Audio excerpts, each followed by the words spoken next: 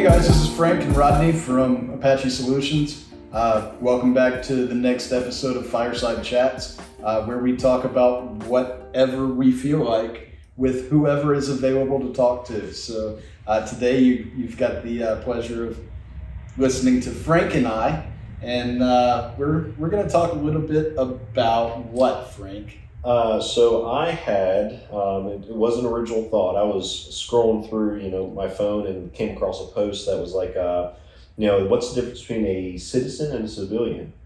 And on a whim, I was like, that's kind of thought provoking, right? So I went ahead and shot in our text group, our message group, and was like, hey guys, what do you think the difference between a citizen and a civilian is? And Rodney was the one who picked up that torch and started firing some stuff back at me, and we figured, well, instead of doing it over text, let's just sit down and have a conversation, share our views with the world, and the comments that may ensue afterwards, right, wrong, or indifferent, and we'll go from there. Absolutely. So, I'll just go ahead and ask you. So, citizen versus civilian, right? What is the difference? Is there a difference? What is your viewpoint on that? So, my initial thought process would be a citizen has the rights of whatever their country of origin is or whatever their country of citizenship is, whereas a civilian would be anyone else who happens to be in country that is not affiliated with law enforcement or military. Okay. I would agree with that statement, but I would take it a step further and say, a citizen is anybody that identifies with a particular group, state, country, national, and is bound by like the obligations of that particular country, state, group, whatever it may be. And a civilian is, somebody that may be, present, but they just have their civil duties, and those duties are just imposed by themselves. It's not like, it's whatever they feel is right or not at the time. So it's more, morally objective. Yeah, it's more of an inactive role, I guess you would say. So I used to say, or up until recently, I'm just an average, everyday concealed carry, civilian. I'm an average day Joe, just who I am. And then that really got me thinking, well, I wouldn't necessarily say that I'm just a civilian. I would say that I'm a citizen, right? So I feel dutifully obligatory. I feel obligated to do certain things for my family, for my faith, for my country, that I think a civilian doesn't necessarily have to do, or like they don't have the same obligations, they don't have those same pulls. So, kind of going along with that same thought process, what are some things that, a civilian, would view versus how a citizen would view? For example, excuse me,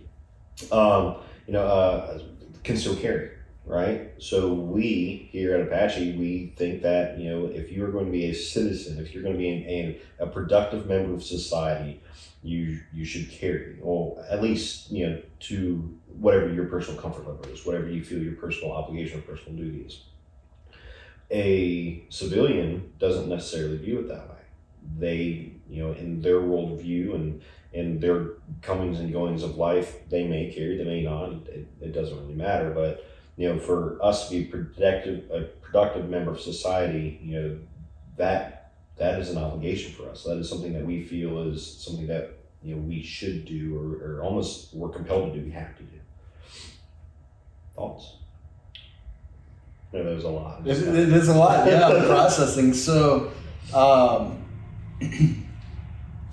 basically, again, it kind of comes down to that moral obligation of community service as opposed to just being there. Like,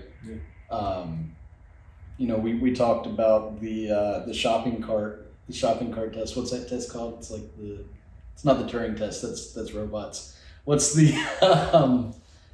if you take the shopping cart back to where it belongs as opposed to leaving it in the parking lot. Yeah, so it was the analogy of a civilian would they get a shopping cart at Walmart or wherever you're stop and rob, and they leave the shopping cart right there in the parking lot, where a citizen actually takes the shopping cart back and put it where it belongs, or even go as far as take it back to the store. Unless you shop at Aldi, then you're forced to take it back if you want your quarter back. But there's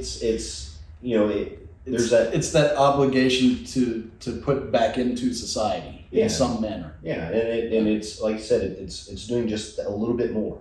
Right. So again, from my point of view, a citizen can vote, a citizen can carry a firearm, a citizen can participate, we'll say, in society, but a civilian, but a citizen is the one who's pushing forward. Those citizens are the one who feels that obligation to add back to society, to really push forward and to take care of what's ours, take care of our state, take care of our our property, take care of our just our communities, our neighbors. Yeah.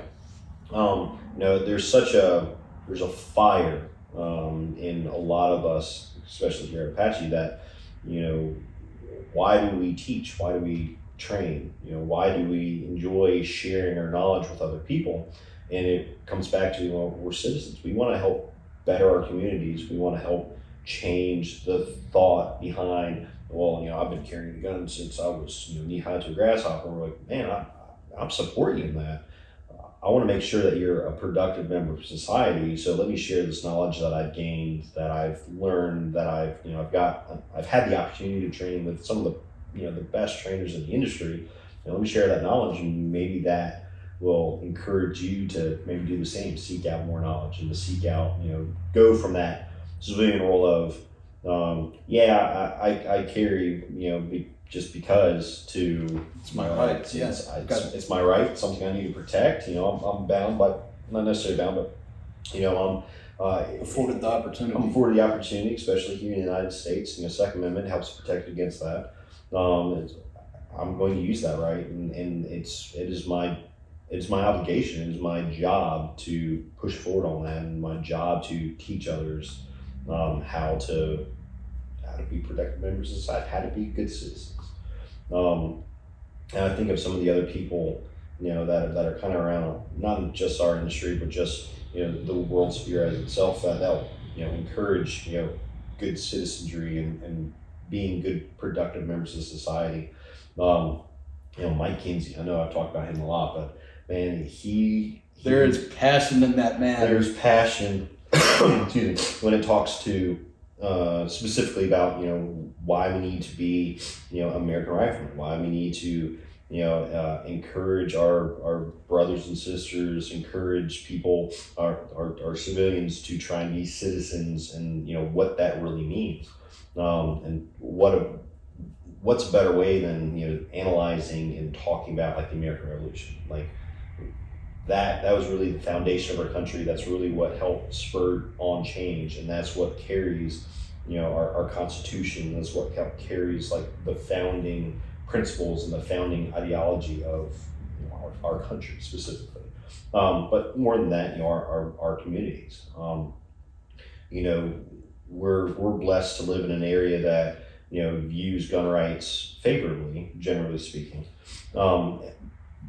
But because of that, it's both blessing and a curse. It's a blessing and a curse. Yeah, exactly. So we have some that are, again, we have members of our community that have been around firearms since, just like I said, around firearms since they were born, and that's great. But there's some complacency that can seep in with that. There's just because it's the way that it was doesn't necessarily mean that it's the way that it needs to be. There needs to be some sort of proactive action there to help further along and help further, keep, your thought process.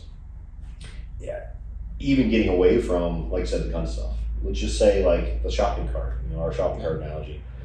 Doing stuff for your community, actively voting, actively participating in those, those civil duties. Giving blood. Yeah, giving blood. Just There's all the kinds of little things that you can do to support those outside of your immediate circle. not littering. I mean, there's all kinds of things that may seem, mundane, per se, but it's those little things that aggregate that you feel compelled to do, that there's like this obligation, you need to do this, to be active and proactive in our community. So to boil it down, that's my viewpoint. That's how the difference between a civilian and a citizen to me. Sure. So where do you draw that line? So like, what's the qualifier to step out of just a civilian and into citizen? I think that's going to be independent for each person. Okay. Right? So how I would view that is, if you are just looking out for yourself, doing the numero uno kind of thing, you're not concerned about community, family, faith, whatever it may be. If you don't have any real pull towards any specific topic or specific, goal or specific action, I don't know if you necessarily be considered a citizen. I really think that you need to have those like traits, those, like I said, those obligations, those pulls, those drive. Yeah, exactly. To do something bigger than yourself. And really follow that with some passion, like follow that with, in whatever it is. I mean, I'm like I said, I know in our circle, in our realm, we're really heavily focused on self-defense and, firearm related, but, it goes beyond that. It's whatever you view that is, productive to our society.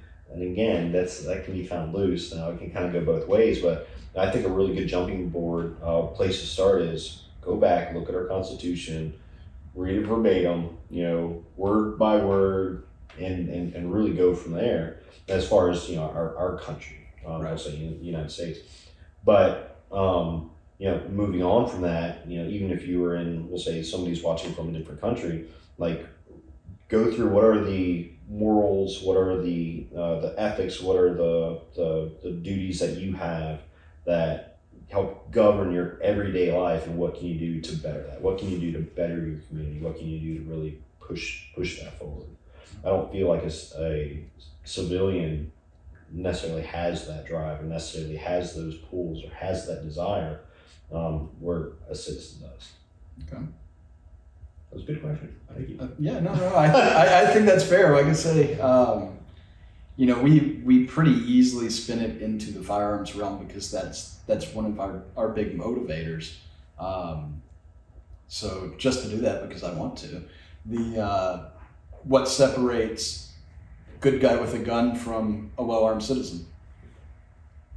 I think it really boils down to, like, I'm not even going to bother bringing up the bad guy with a gun. Like, we all know, that ring, but you can very well be a concealed carry certified, whatever your state allows, and do you feel that you could be a law-abiding, tax-paying civilian versus being a well-armed citizen? Yes, but here's the little caveat. So go back to your original question. Mm-hmm. So, good guy with a gun versus a law-abiding citizen. The difference between those are, good guy with a gun doesn't necessarily understand the laws behind what he's doing or why he's carrying it. He was in the right place at the right time, made the right decision. Okay. That could go very badly, very quickly, right? So you could be, the guy who, straps a firearm onto his hip. That's his right, 100%. I support that. Uncle Mike's floppy holster and all. But but that's where it ends. I feel like a citizen's duty is to understand the laws, understand what he can or cannot, or she can or cannot do, and then act upon those laws intelligently. Make accurate decisions, make correct decisions based on their point of view, and what the law, the law of our nation and its purview.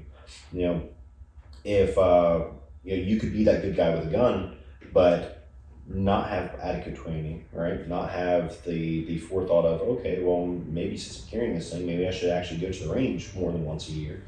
And you could negligently, put a shot where it didn't intend to go. You have to live with that consequence. I'm not necessarily saying, that you're going to, hurt somebody. That's a high likelihood. Right. But, looking at it from the purview of law, how many people have we seen in like our concealed carry classes that say, oh, well, all I'm going to do is just show them that I have a gun. That's not a good idea. For a number of different reasons, but there's for a citizen that understands the law, that has gone through like, okay, I'm carrying this thing. I have purpose for carrying this thing. I need to understand the law inside and out to the best of my ability, so that when I'm under stress, when God forbid I'm ever in a situation where I need to use my firearm or use self-defense, I know that what I can and cannot do based off the purview of the law. Not just moral obligation, but also whether or not it fits within those laws. And going just another step further from that is, have I actively participated in local government? Have I actively read legislation? Have I actively reached out to my senators? Have I actively reached out to my congressman and say, hey, these laws that are currently on the books work or don't work? These are things that are coming out of the pipeline that I agree or don't agree with, through, and being active in that conversation. If you're not active in that conversation, if you're not actively, communicating, your desires, you're letting somebody else who may not have the same, background, that may not have the same worldview as you do, and you're just saying, I may not, you can make whatever laws you want to make, and stick your head in the sand. Right. But at the end of the day, you're still, more as a citizen, you're still morally obligated to be bound by those laws, right, wrong, or different. So that's that's where it really comes, into play with, being active, being, involved. I'm not saying necessarily you need to go out and be that, picketing in front of the courthouse. Of course, that's a right. That should be something that any person can do. Right. But at some point, you need to say, this is what I believe. This is what I stand for. This is what I'm going to vocalize. Because if you don't vocalize it, somebody else is going to, and it may not necessarily be the point of view that you want to have vocalized. So it's ever so important to, like I said, be proactive in your community, be proactive in, even as far as our national government, don't want to get too political, but, right, wrong, or indifferent, what you view through your worldview, through what you see, and what you say and who you elect in office does affect other people that are around you. It affects people in your community, it affects people around the nation, and you really need to stop and consider what those decisions that you're making on a micro scale, or how that's going to affect the macro. So again, and that really all comes back to, are you submitting, or are you a citizen? Are you being a citizen by proactively engaging in these conversations? Are you having those hard conversations with your peers, or are you a civilian? Are you just letting somebody else make those decisions for you and you're just along for the ride? Right. It's kind of it's kind of a deep topic, if you really stop and you assess it and you really think about it.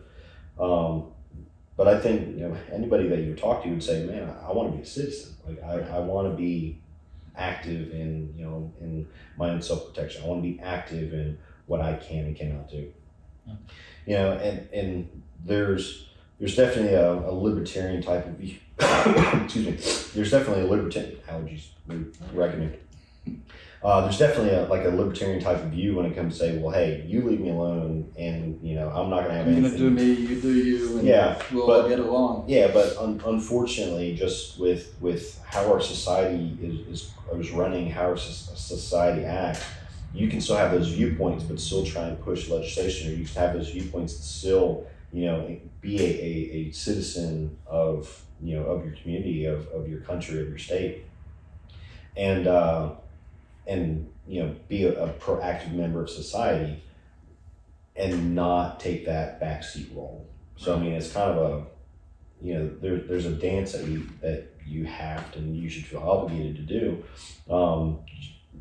just for your own sanity. You don't want somebody else's rules and laws to be enforced on you, to be pushed on you.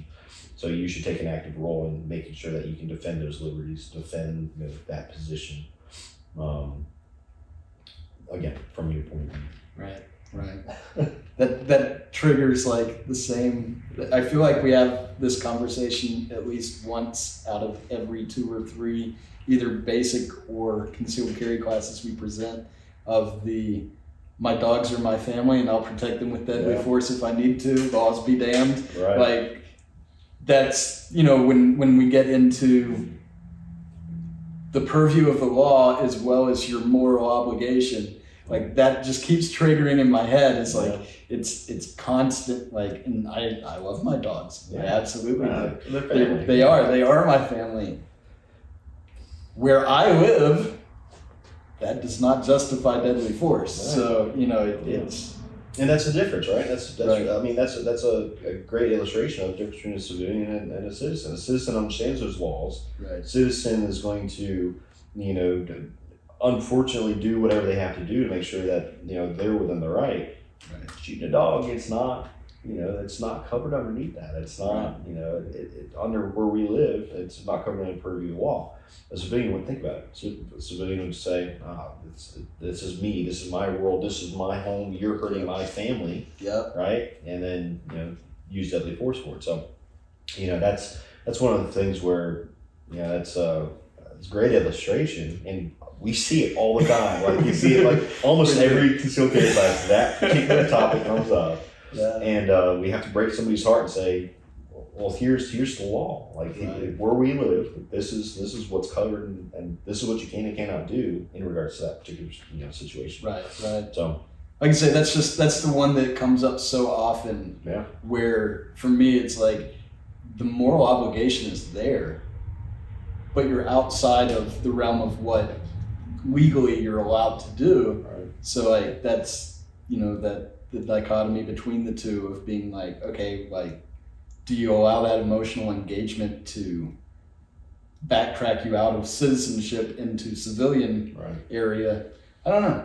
Like I say, this is one of those things we could probably go on with this conversation for hours, but it was one of those things where I was like, I'm not doing this over text. Like, we need to sit down and have this talk. So, Rodney, I appreciate you sitting down and talking with me. Yeah, man. I'm sure we could go for much longer, but our executive producer over here is telling us to wrap it up. Say, quit it, cut it, so we're done. So, with that said, thank you guys for joining our fireside chat. Please leave your likes and comments in the doobly-doo down below. If there's anything that we can do for you guys, please do not hesitate to reach out and contact Apache Solutions. Contact us independently. We'll gladly answer any of your questions, comments, concerns, and as Spalding likes to say, death threats. Right. Or if you've got topics that you're interested in our input on, like, please put it in the comments. Like, give us more content, and especially if it's not our original idea. Absolutely. That will make even more enjoyable conversation for us. So. Yeah. We enjoy the hard topics, so fire away. We'll see what we can do. We'll see if we can embarrass ourselves on the national stage. Awesome. Appreciate you, brother. Appreciate it, man. Likewise. See you guys. Hey guys, I figured I'd use this time while I have y'all captive to remind you about the upcoming Apache games. It is this coming up next Sunday, April 24th from 1 to 5.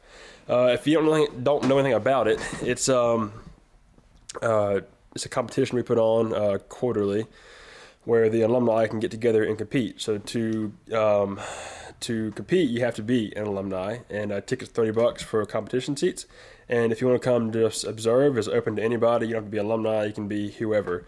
You can come and observe for $20, and both observers and competitors will have the opportunity to win some prizes. So you might get some of this cool stuff hanging up on the wall, or some belts, or I'm not really sure what Tim's going to give away, but the more people we get signed up, the better the gifts can be.